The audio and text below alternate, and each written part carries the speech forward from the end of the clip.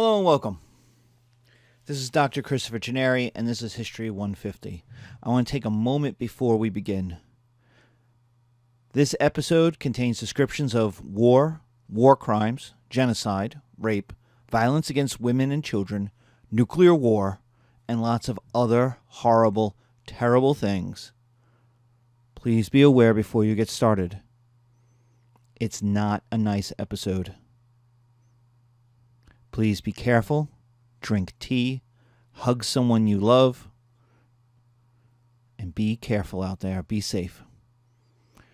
Okay, with that warning out of the way, danger, Will Robinson, we'll begin our episode.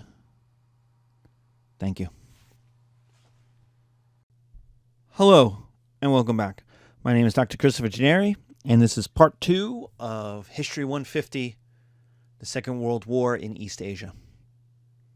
So when we left off in part 1, we left off with the beginning of the war.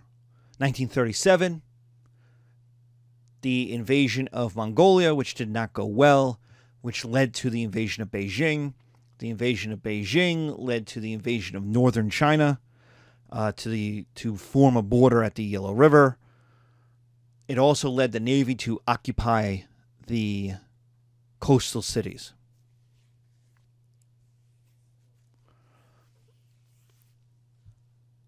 This led Chiang Kai-shek to have a reaction.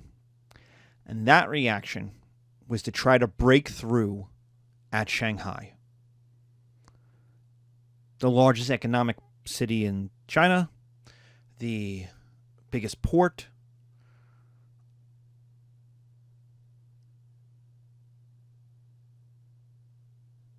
I guess it's not a bad idea, but it was a bad idea. It was a terrible idea. Because it wasn't going anywhere. It wasn't doing anything.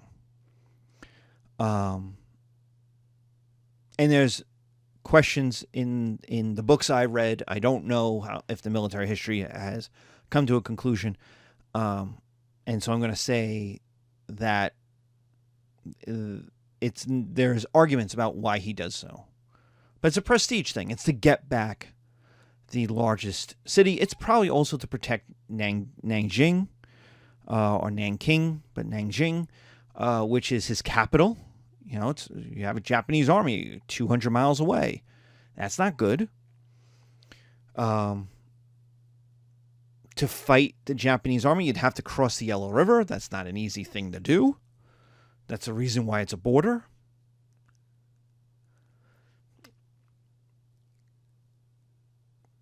And so Chiang Kai-shek counterattacks at Shanghai.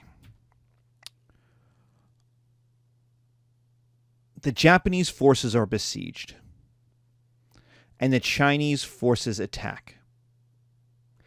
And it's a disaster. Dug in Japanese forces with better guns, better artillery, and a much better air force are going to kill 200,000 Chinese. Chiang Kai-shek is going to wreck his army. For reasons beyond understanding that I do not know. I am a military historian, but I cannot find reasons that support. He threw in his best troops into a siege. Now, history would say never throw in your best troops into a siege. They get ground up. That's exactly what happens. And so this battle gets called Stalingrad on the Yangtze. But the Japanese are going to win, whereas the fascists lose at Stalingrad. It's not a great analogy. It's not my analogy. It's just not a great analogy. But he's going to throw in his best troops. And he's going to wreck that army because they're going to be ground up in the siege. So the city is going to be obliterated. The city is going to be destroyed. Chiang Kai-shek's going to wreck his army. He's going to destroy the best part of his army, the best troops. Japanese soldiers are pissed. They were in Shanghai and they're like, they weren't bothering anybody. Now, you can make the argument, of course, they were at war, but their argument was, leave us the F alone. And then all of a sudden this massive battle happens. It's kind of like the British or the Germans at the Somme. The Somme is a nice quiet zone, and then the British attack them there, and all of a sudden it becomes a bloodbath. And that's kind of how Shanghai becomes. One of the most famous pictures is at a train station of this child crying. His parents have been killed. His mother has been killed in an air raid. The entire train station is obliterated. And there's this one child who has survived somehow the bombing, crying on the train tracks. And that became the photograph of the Japanese-Chinese part of World War II.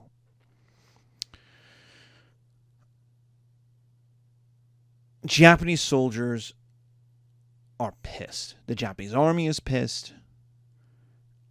And it's going to lead them to invade Nanjing, which we're going to talk about in a minute. This combination of Shanghai, of the Battle of Shanghai, where the Japanese were perfectly willing to obliterate Shanghai in order to keep it, and then what happens in Nanjing, which we're going to talk about next, Japan is seen as the aggressor, and Western countries start embargoes on Japan. Up to this point, they're concerned. They're like, hey, it's not real. But at the same time, they're more worried about Hitler. And it's just like, we don't want to tick off the Japanese. So let's work this out. Let's make a peace treaty that sells part of China to Japan. Let's work something out. The combination of obliterating Shanghai and then what will happen in Nanjing is what leads the countries to start to see Japan as the bad guy. A role in 1940 Japan will embrace by making an alliance with the Axis, with Hitler and the fascists in Italy, with Mussolini. But what is the important part about those embargoes? Those embargoes meant there was less trade, especially in raw materials, resources that the Japanese needed for the war effort, which now meant they needed to conquer more things in order to make up for what they couldn't buy on the world market. So here the Western economies are saying, we're going to stop trading with you, and that will make you stop attacking China. And Japan turns around and says, the very fact that you took our resources away means we have to attack China in order to have the resources to keep our country going. So, there you go. Now, the Western countries also don't really want to trade with Japan. And you go, well, why? And the answer is they need their own resources. They need the oil. They're stockpiling for the war that's coming. By 1937, 1938, it's clear there's going to be a war with Germany. I mean, Chamberlain comes back with peace for our time, thinking he had bought peace. 6 months later, Germany absorbed all of Czechoslovakia. That told everybody war is on its way. It is coming, so get ready. So why would I want to send iron, steel, oil to Japan? I need it in England, in France, in America. So what this effect was to have more conquests. Now I'm going to show you a newsreel from the time.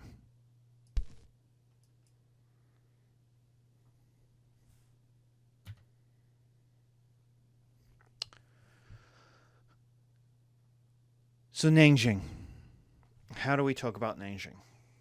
Well, we'll start with a newsreel. That's how we're going to talk about Nanjing.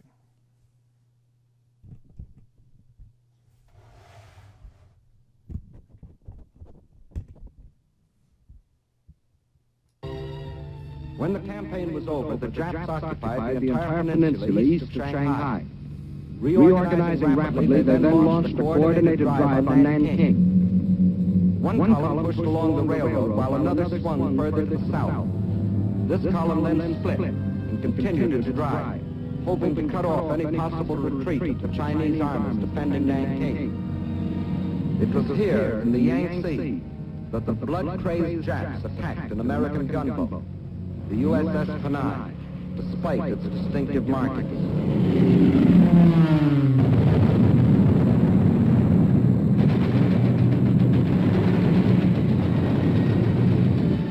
The ship was bombed and sunk with the loss of American lives. The first American warship to go to the bottom in this war. But officially, at least, this was a mistake, and the Japanese government apologized. Meantime, at Nanjing, the Chinese armies valiantly defended their city, which was the capital of the Chinese Republic.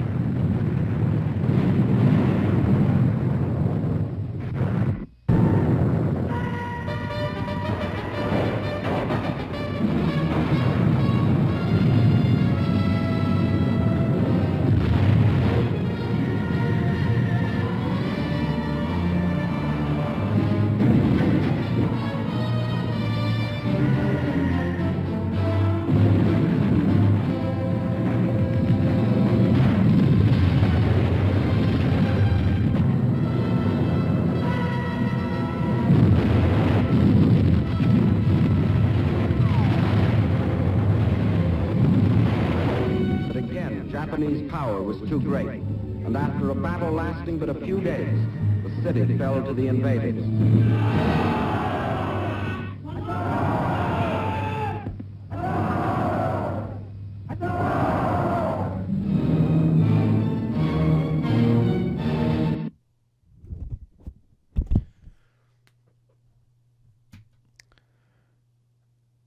So what happens at Nanjing is what's known as the massacre, the battle, the massacre. A book came out in the 1990s calling The Rape of Nanjing that was popular enough, it was a good enough title, that it's become the kind of moniker of what happened. So yeah, we're going to get depressing here. In December 1937, Japan attacks Nijing. It's 200 miles away from Shanghai. It's the capital, so they attack it. They commit war crimes along the way. So what happens in Nanjing is not new. The battle lasts 10 days. Shanghai lasted 6 months. Nanjing, the battle for the capital of China, lasted 10 days. It tells you how just as a complete collapse of the Chinese army. 50 to 70,000 are killed. But by this point, the army is a mess. Chiang Kai-shek threw away his best troops. So he had nothing to defend Nanjing with. Japan surrounds Nanjing, despite it being on a river. So they had to cross the river twice to get around it. 100,000 soldiers get trapped within the city. They drop their weapons, become civilians. What that forces the Japanese to do is basically go through the city looking for quote-unquote insurgents, for soldiers who are no longer soldiers but are now civilians. And, hey, you could arrest them and interrogate them and do all that, or you could just murder them. And what you get is the massacre of civilians. You get a massive amount of beheadings. Some 200,000 people will be murdered. Some of whom were ex-soldiers. Useless ex-soldiers who had dropped their weapons. But 200,000 people are going to be murdered. 20,000 women are going to be raped. Male rape goes unreported. So you'll see these numbers of 20,000 women. And these are conservative estimates. These are the estimates that the United States will use during the Tokyo war crimes trials. So they're probably conservative. 20,000 women will be raped. There's no record of male or child rape. But interestingly, whites in the city are not raped. or I couldn't find any references to it. And so that tells you that as much as it's this army out of control, it's not out of control, because it knew who it could attack and who it couldn't. And the idea was nobody wanted to cause a war with the Western powers. Remember, World War II hasn't started in Europe yet. Still 2 years away. And so it's an interesting argument of this army just became out of control and it just destroyed the city. And, you know, this happens from time to time. The 30 Years' War is full of it, as I've researched, as I well know. But what's interesting is they don't attack whites. They don't attack the Europeans. And so I have a diary entry from the Reverend James M. McCallum from December 19th, 1937. I know not where to end. Never I have heard or read such brutality. Rape, rape, rape. We estimate at least 1,000 cases a night, and many by day. In case of resistance or anything that seems like disapproval, there's a bayonet stab or a bullet. People are hysterical.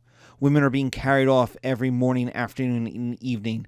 The whole Japanese army seems to be free to go and come as it pleases and to do whatever it pleases.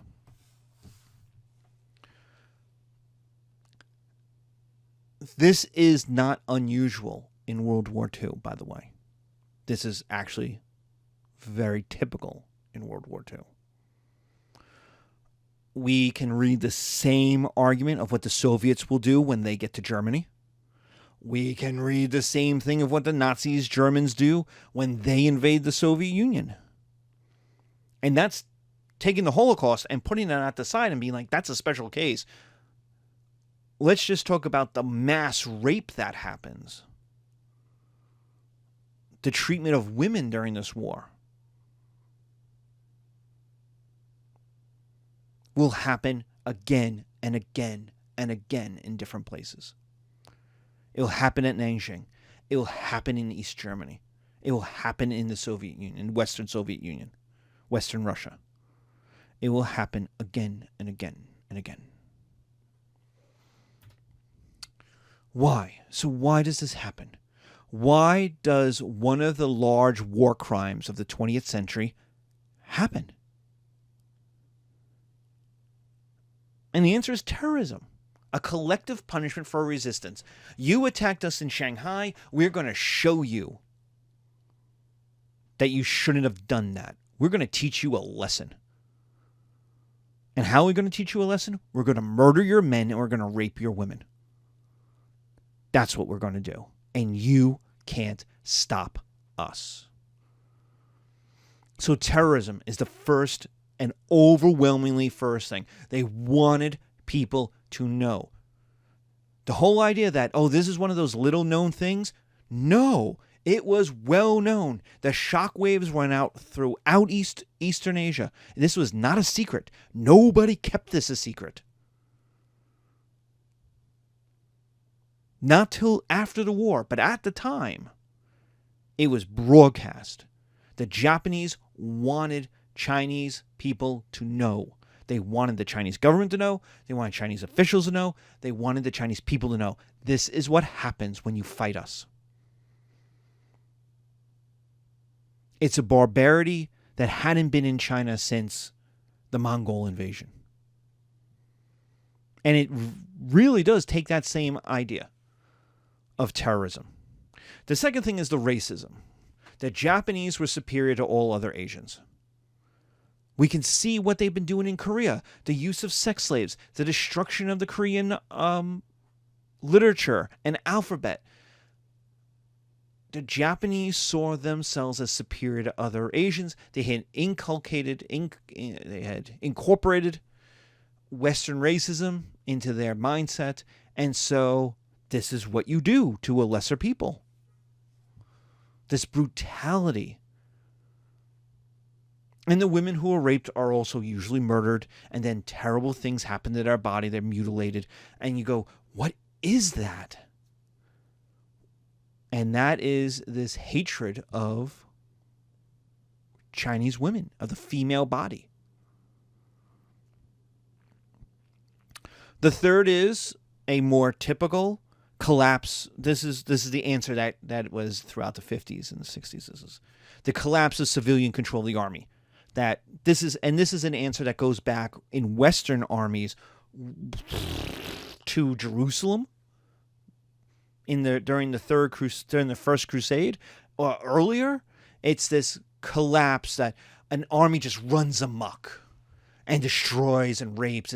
It's without discipline, without the rich generals and nobility in charge. The ordinary soldier will just run amok. It's Lord of the Flies in an army. And so it's this idea of just Japanese militarism and Japanese violence, that the entire country, the entire culture was seeped in violence and militarism. And the only thing keeping this pressure cooker was civilian control. And what happened is it lost it. It lost the control of the army, and the army just ransacked. That's just militarily, historically speaking, just not true. Not from my studies, anyway. Armies don't just lose control. They are systematic. The Romans are the perfect example of this. The Romans would rape and murder and destroy, and then they'd loot everything, dump all the stuff in a center square, and then they would form back up into their ranks. You didn't have to murder lots of Romans to do this. They formed right back up as if nothing had happened. We see this in the destruction of Constantinople in 1204. That the ransacking of places was useful to armies, to generals, to governments. They let soldiers do it. Notice as we go back, Westerners aren't murdered. Westerners aren't raped.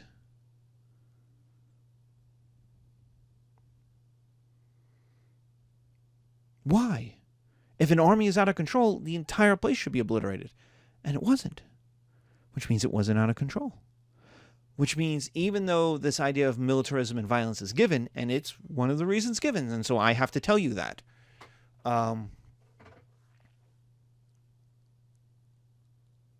historically speaking, I don't think it's very true. I just don't. And so we have to talk about the book in 1997 by Iris Chang, The Rape of Nanjing, which is very popular. It gives the name of this event.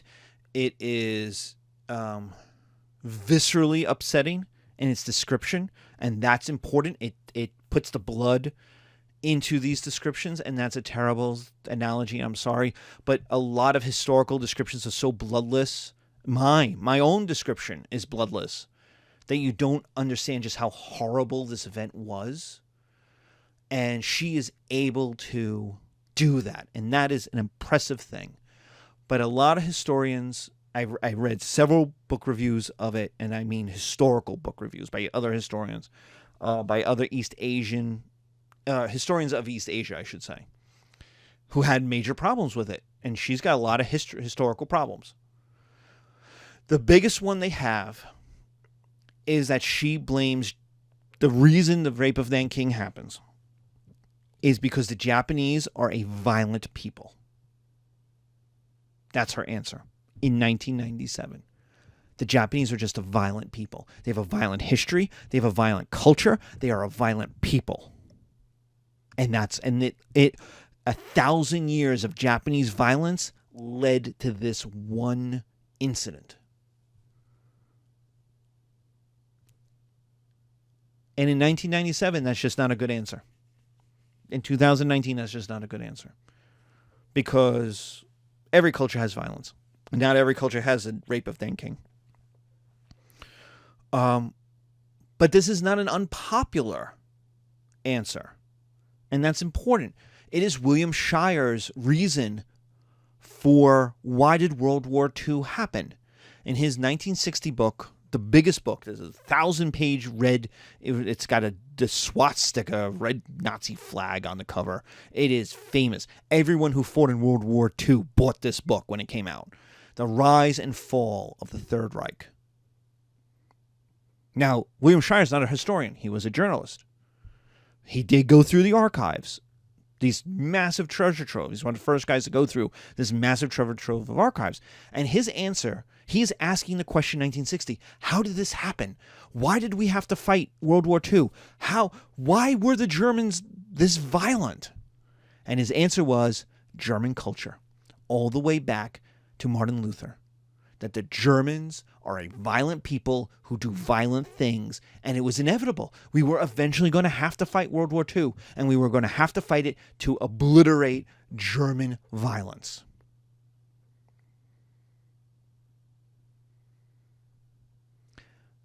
That's a lot of catharsis. It's a lot of pathos. It's a lot of emotion. But it's bad history. And there's no why. Why are the Japanese particularly violent? Well, look at the United States. The United States had a genocide and 400 years of slavery. We have more guns than any other country, more guns than most countries combined. We are an exceptionally violent people. We haven't had a Holocaust. And we had a genocide. We didn't call it a genocide. And we had slavery. And yet,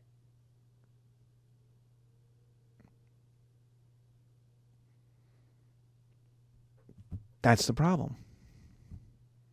That's the problem. So there's a lot of pathos and a lot of catharsis in that book.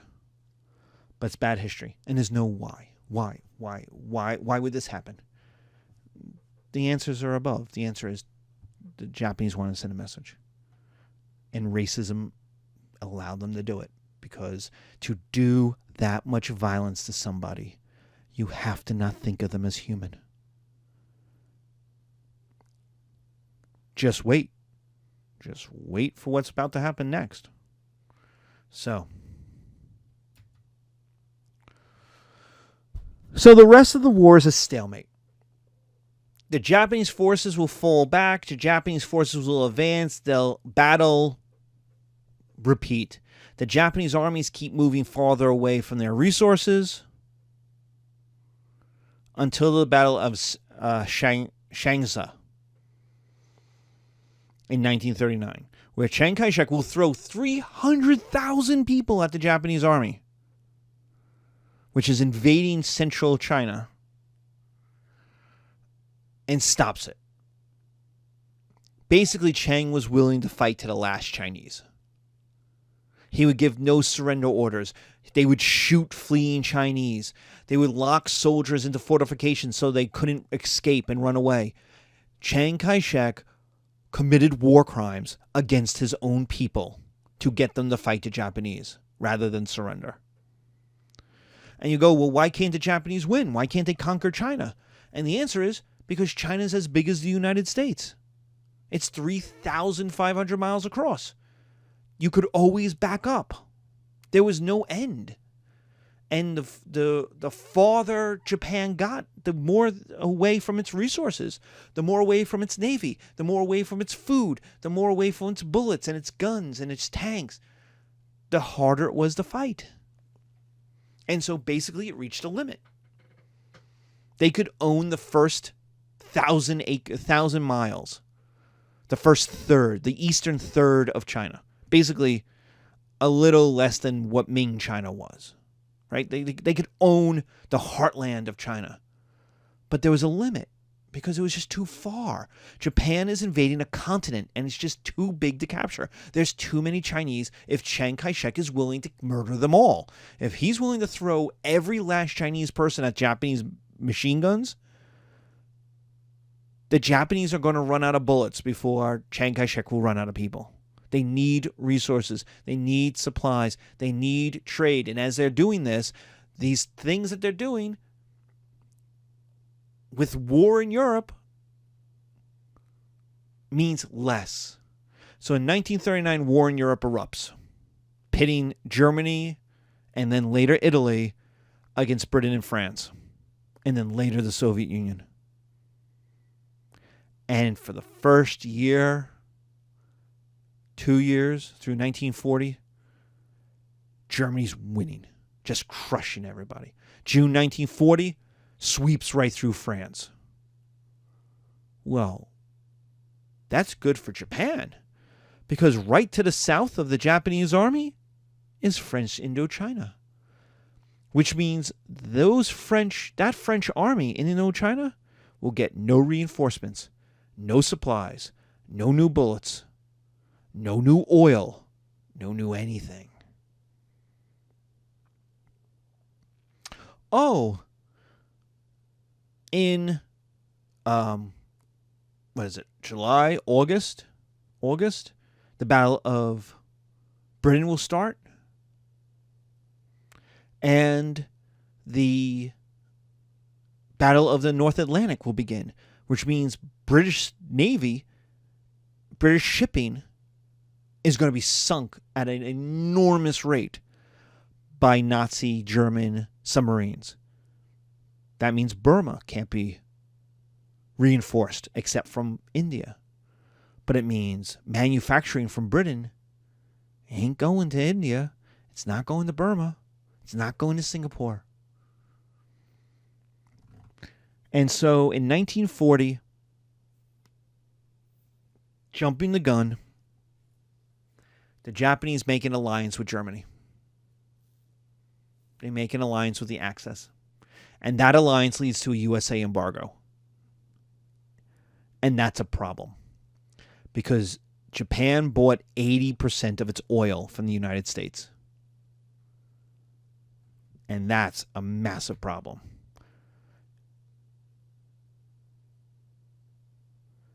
So,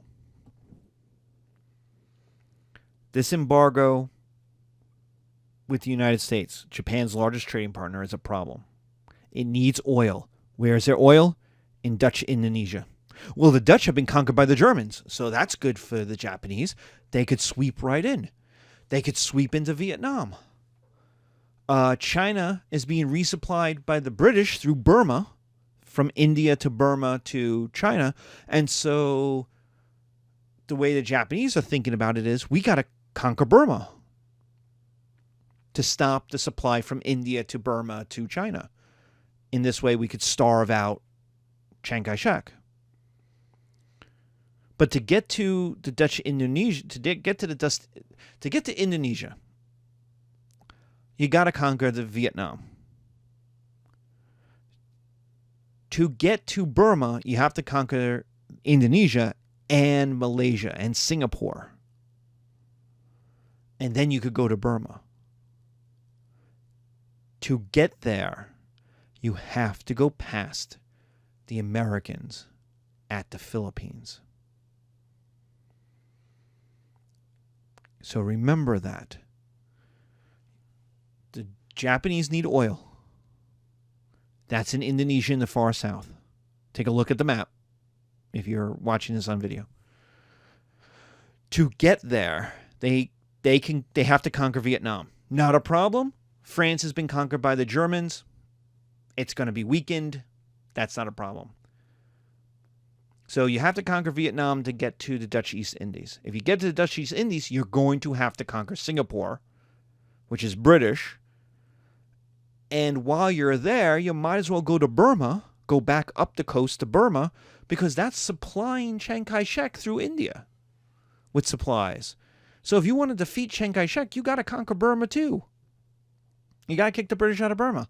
And so what the Japanese come up with is the Greater East Asia Co-Prosperity Sphere, i.e. the Japanese Empire. But they call it Asia for the Asians. We're going to kick out. See, now, for the first 3 years of the war, from 1937 to 1940, they've been fighting other Asians. For the last 40 years, all they've been doing is fighting other Asians, except for the 1-year war against Russia.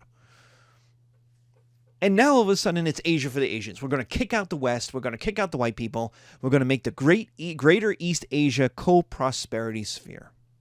which sounds nice. So, yeah, not really. Because who's going to be in charge of this? It's going to be Japanese. And what do they need? They need oil. Whether or not the Indonesians want to give it to them. So they're going to invade Vietnam. They need peace in Vietnam. They need peace in Thailand. They need to occupy Burma to stop the supplies going through India. Singapore falls essentially without a shot. It's a British humiliation. 300,000 Brits are going to be carted off into servitude, into war camp, into war prisoner camps. Indonesia will be taken. But it also means all of those resources that used to go to the West, they're not suddenly going to be used for the nations. Vietnam is not free. Thailand is not free. Singapore is not free. Burma is not free. They're just owned by the Japanese. Westerners get arrested. They get put into camps. Western armies are humiliated. War crimes are committed. And what they do is set up puppet national governments. The Nazis do the same thing, by the way, in Europe. And they exploit the war resources. Because, again, Japan needs resources. And so they don't treat the other Asians any better than the Westerners did. It's just an Asian face on that empire. Okay. So what happens? Well, what happens is they attacked the United States, as you well know. On December 7th, 1941, there's Pearl Harbor. The idea of this, why attack Pearl Harbor? Well, let's go back to our map. Remember, to attack Indonesia, to attack Indochina, to conquer Vietnam, to get to Indonesia, to get to Singapore, to get to Burma, you have to go past the Philippines. There's an American army there. There's the American Navy there. And the idea is you can't allow the United States just to own this colony in the middle of your giant empire. You can't allow it. It has to be conquered. Because it could stop. Because all the Indonesian oil by ship has to go right past the Philippines. And so you're allowing the Americans to whenever they want, stop that. To just embargo it. To just use their navy and smash your oil trade. And if you're the Japanese, you cannot allow that to happen. You've got a 1 million man army, 2 million men in China. You've now occupying 6 other countries. They're spread all out. You have a navy that needs oil. And so the need for Indonesian oil means you have to attack the Philippines. Well, if you're going to attack the Philippines, the Americans are going to send their giant-ass navy after you. So you can't allow that to happen. And so that's the attack on Pearl Harbor. Destroy the U.S. fleet before attacking the Philippines, which they'll do the next day. December 7th, 1941, they'll attack Pearl Harbor. December 8th, they attack the Philippines. Which is essentially the same day because remember the time difference. Remember, Hawaii is at the end of the day while East Asia is at the beginning of the day in terms of time. The rotation of the Earth. So why do this? Well, it worked. It had worked before. It had worked in 1904 when he attacked Port Arthur. We talked about this versus Russia. They smashed the Russian Navy in port. And they went, And then they had 18 months to do whatever they wanted before another Russian Navy showed up, and they smashed that one too, and that was the end of the war. So that's the idea. The idea is Pearl Harbor. You will destroy the American fleet. What they didn't get was the aircraft carriers. They smashed almost all of the battleships, but they didn't get the aircraft carriers. So there still was a Pacific Fleet offensive power left. Well, The Japanese are going to go after that. And that's June 4th, 1942. That's the Battle of Midway. There apparently is going to be a ridiculous movie being made about it now. But what the Japanese view that is as the Second Battle of Tsushima. The idea is we will smash that Navy again. That you'll smash the American aircraft carriers. That will be the end of the American Pacific Fleet. America will have to negotiate a peace. They'll have to. They won't have a Navy. The worst that would happen is the Japanese occupy Hawaii. Well, 60% of Hawaiians have Japanese descent. So the Japanese are thinking, yeah, if it happens, it happens. We don't have to do it, but we can do it. And then you have an anchor right in the middle of the Pacific that Americans would have to ship an entire Navy, an entire army just to get there. So that's the Battle of Midway, is this new Second Battle of Tsushima. If they could win that, and they lose, it's a USA victory. Now, the thing about the Battle of Midway is it shouldn't have been a USA victory. It is called the turning point of the war, and it's all that. But the U.S. Naval War College refights this war. It has its graduates refight the Battle of Midway every year.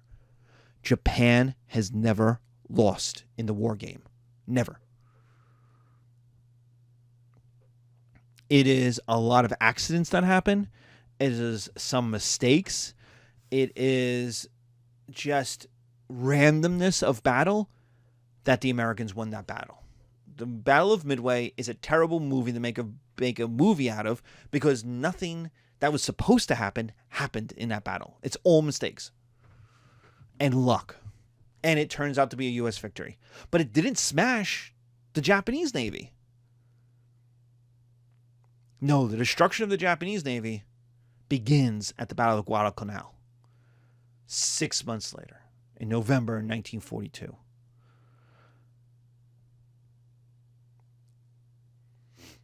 This is a battle, it's a combined land-sea operation, and it is a massive naval battle. And it effectively wrecks the Japanese Navy for offensive battles from this point on. They'll still fight defensively, but at this point, the Japanese Navy will never go on the offensive in the Pacific again. This battle is so bloody. It is so violent. It is so destructive that from here on in, we see a massively racist war. That the way the Americans will fight this war is by throwing all of their racism at it. All the racism of 400 years of African servitude, of Jim Crow, of the Yellow Scare, of the Chinese Exclusion Act. All of American racism will be thrown into World War II against the Japanese. I was in a World War II class when I was in an undergraduate. And we read a book, and I would know it the moment I saw that book. But it was a book that was like the racism of World War II. And students lost their minds. They lost their minds. America's not racist. Or America's not racist? America's not racist? Excuse me? It was the good war. The Japanese fought us first. It was every excuse in the world except that the guy was wrong. And the fact that our teacher had a German accent, that she was a German immigrant, just made people be like, you're a Nazi. This is why you're saying this. It was the thing that I have, and I went to a state school. I went to a good New York state school, and it blew me away. People's defensiveness. America can't be racist. Oh, it was Granddad was racist. When it came to the Japanese, when it came to bombing the Japs, Granddad was racist. Don't you worry about that.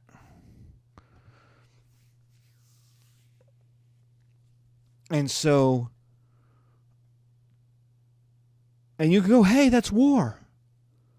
But we have to acknowledge it. The Japanese viewed the U.S. as demons, as devils. Their racism was for other Asians. They viewed white people as demons and devils, while we viewed them as non-human. So, as vermin, as animals. In my World War II class, I don't have it here, there's a Life magazine, you can look this up. It's a Life cover magazine photo, and you can look it up, of the girl writing a letter to her boyfriend, and she's got a human skull on her desk.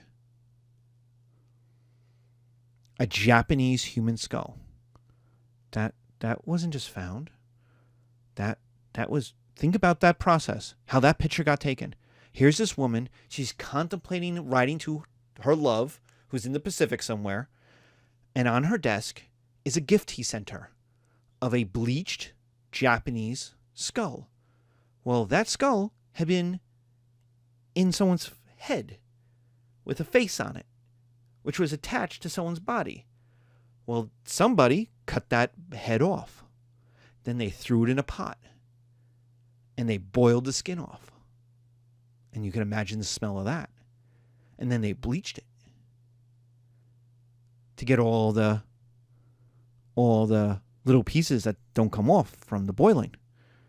And then they boxed it up, and they put it in the mail, and they sent it to her. And she opened it, and she read the letter. This is a Japanese skull. And she said, great. And she put it on her desk to remind her of her boyfriend fighting in the Pacific. You don't do that if you're not massively racist against the people you did that to.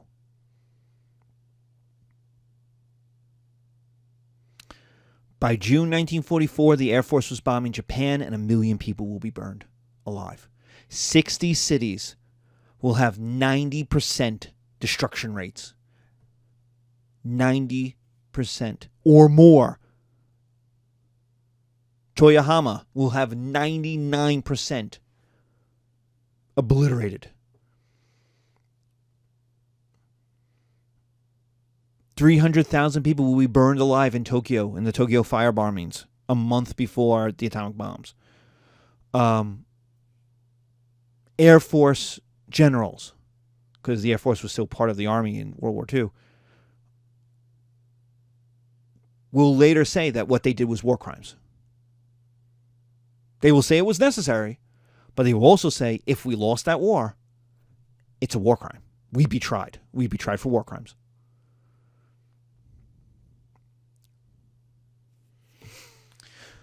In October 1944, the Battle of Leyte Gulf, off the coast of the Philippines. This is the last-ditch effort by Japan to protect its supply lines. Remember the oil coming from Indonesia. This is exactly why they needed to own the Philippines. So they throw everything at this battle. It is the largest naval battle of World War II. There are more U.S. aircraft carriers alone than all the Japanese capital ships, all the Japanese big ships, meaning aircraft carriers, meaning battleships, meaning giant cruisers.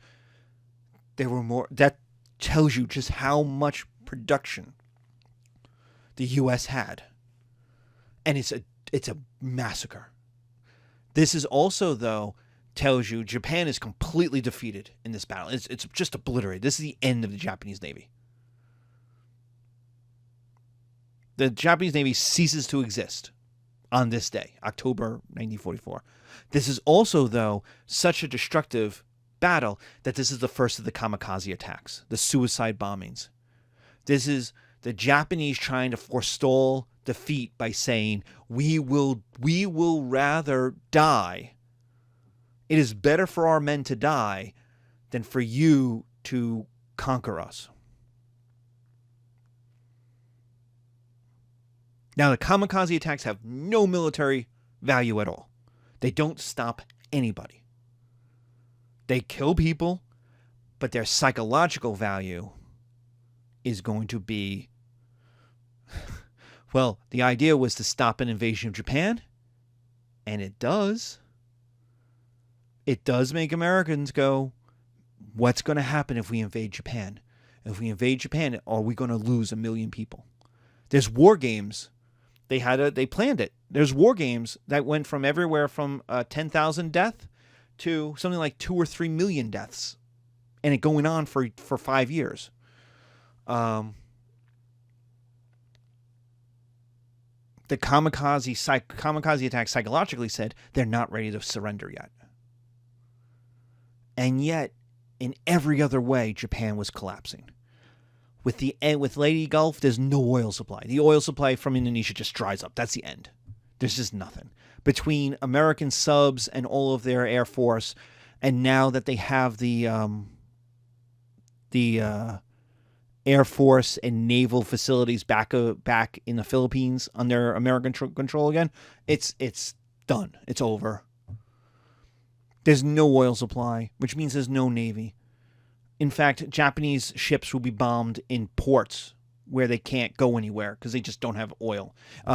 We'll see the same thing if you take a World War II class. It's the same thing. There's no gasoline on the Eastern Front by late 1944, early 1945. There's just the famous Panzer German tanks had no more gasoline, and it was all over. They'll keep fighting for another year, for another 6 months, but it's the lack of that supply. Americans ruled the Pacific, and they still do, 70 years later. The American Navy is the only real Navy in the Pacific for the next 70 years. The Chinese Navy's starting, but from 1944, from the Battle of Leyte Gulf, till essentially today, the only Navy that matters in the Pacific, the largest ocean of the world, is the American Navy. In August 1945, the atomic bombs are dropped. First on Hiroshima, then 3 days later on Nagasaki. The USSR, the Soviet Union, enters the war and obliterates the Manchurian army. Remember that Manchurian army? Just cuts right through them. Having spent 4 years fighting the Nazis, that army was insanely good. And just went to Manchuria and just cut right through them. It invades Manchuria. It takes over Mongolia. Korea, it's on its way. In the end, it will be negotiated between first FDR, but then Truman and Stalin, that it will be divided. That Korea would be divided at the 38th parallel. It still is, more or less. It's going to be divided. All right, so that's the war. We're going to stop here and go to part 3, which will be the results.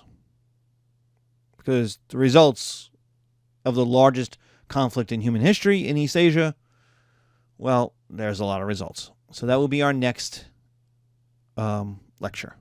Thank you. Take a breather. Have some tea. Relax. The bad stuff is over. Now we could talk about other things. Okay?